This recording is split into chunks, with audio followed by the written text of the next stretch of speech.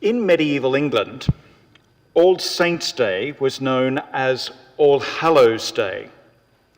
We don't use the word hallowed very much these days, except in the Lord's Prayer, in All Hallows' Eve, Halloween, or in the formal way we refer to hallowed ground or a hallowed institution.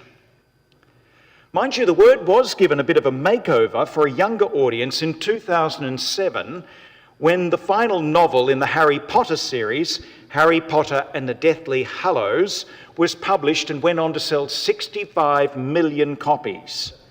J.K. Rowling tells her readers that the three Deathly Hallows are the Elder Wand, the Resurrection Stone, and the Cloak of Invisibility. Whoever owns all three hallows gains mastery over death.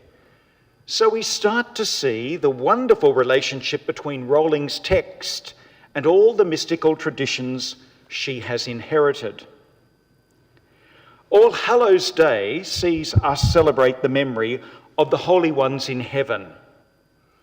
There are three pathways to being declared a saint in the Catholic tradition: heroic virtue, mysticism, and martyrdom. Heroic virtue, our lives are so extraordinary. Mysticism, we have extraordinary experiences of God. And finally, martyrdom. In my case, martyrdom is my only choice so far. The last key category has four subdivisions. White martyrdom, where you're persecuted for the faith but you never shed blood. Green martyrdom, where you do extreme penance and fasting for the love of God. Red martyrdom, where you are killed for the faith. And the most recent category, introduced in 2017 by Pope Francis, a martyr of charity, where you die as a result of putting yourself at risk at the service of others. Maybe Jesuit refugee service is full of martyrs of charity, and you could be part of that tonight too. The first people honoured as saints by the earliest Christians were in fact the martyrs. The word martyr, of course, comes from the word witness. In fact, All Saints' Day was firstly the Martyrs' Day, attested to in a hymn written in 359 by St. Ephrem. The name was changed to All Saints' Day in the 7th century. Our Christian mothers and fathers counted themselves blessed to suffer and died as Jesus suffered and died. And we know that Christian prophets and martyrs are often linked. Such is the liberty of spirit, the thirst for justice, and the witness to truth that they embody. They threatened the social, political, and religious leaders of their day and their time so much that, like Christ, they had to be silenced. But we have to be very careful here. The glorification of suffering and martyrdom can attract fanatics. As uncomfortable as it is for our community to admit, some of our martyrs didn't die with the healthiest of religious intentions.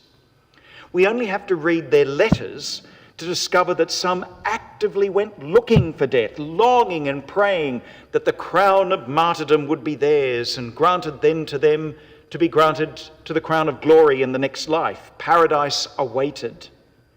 There's a very, very important distinction between being killed as a result of one's faith and zealously seeking to die, between being martyred and being on a suicide mission. A saint is simply one who the Church believes has to be in heaven with God. And we declare that some of these have been canonised, from the Latin word cornici, which means admitted to the authoritative list. Their name is simply added to the list. And we're saying that because of the way they lived their Christian lives, God couldn't deny them heaven. So they have to be in heaven, therefore added to the roster of recognised saints. But wrongly, we sometimes think saints are perfect. God alone is perfect. The saints never are. In fact, their greatest witness is how they coped with the ordinary difficulties of life and reflected God in really difficult circumstances, sometimes personal conflict, they held true to the love of God they'd experienced. We hallow today what God has done through them because unashamedly, unapologetically, we hope to join them. St. Paul thought saints were everywhere. He kept greeting all the saints everywhere. And I reckon he was right. Canonised or not, you are sitting near saints right now. Well, you've got to be dead to be a saint, and unless someone dies now, well, that's not going to happen. But they could be declared a saint because of their life. For most of us, though, sanctity and martyrdom will not come in dramatic ways.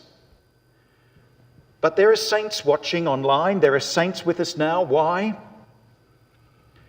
Because the daily routine of looking after a sick child or a spouse or an elderly parent or living with a mental, physical, emotional or spiritual illness or bearing the scourge of being unemployed, a refugee, homeless or addicted, of being unable to shake off the feeling that we're unlovable or we're just simply alone, we're sharing in the martyr's lot.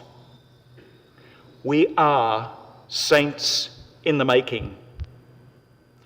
And what we're assured of on All Saints' Day is right now, there is a cloud of holy witnesses who saw God in this world and are fully alive to him now and are now cheering us on to do the best and be the best, so that when we die, God will say to us, as God said to all the canonized saints, welcome home. With what you got, you did your best. My sisters and brothers, happy feast day.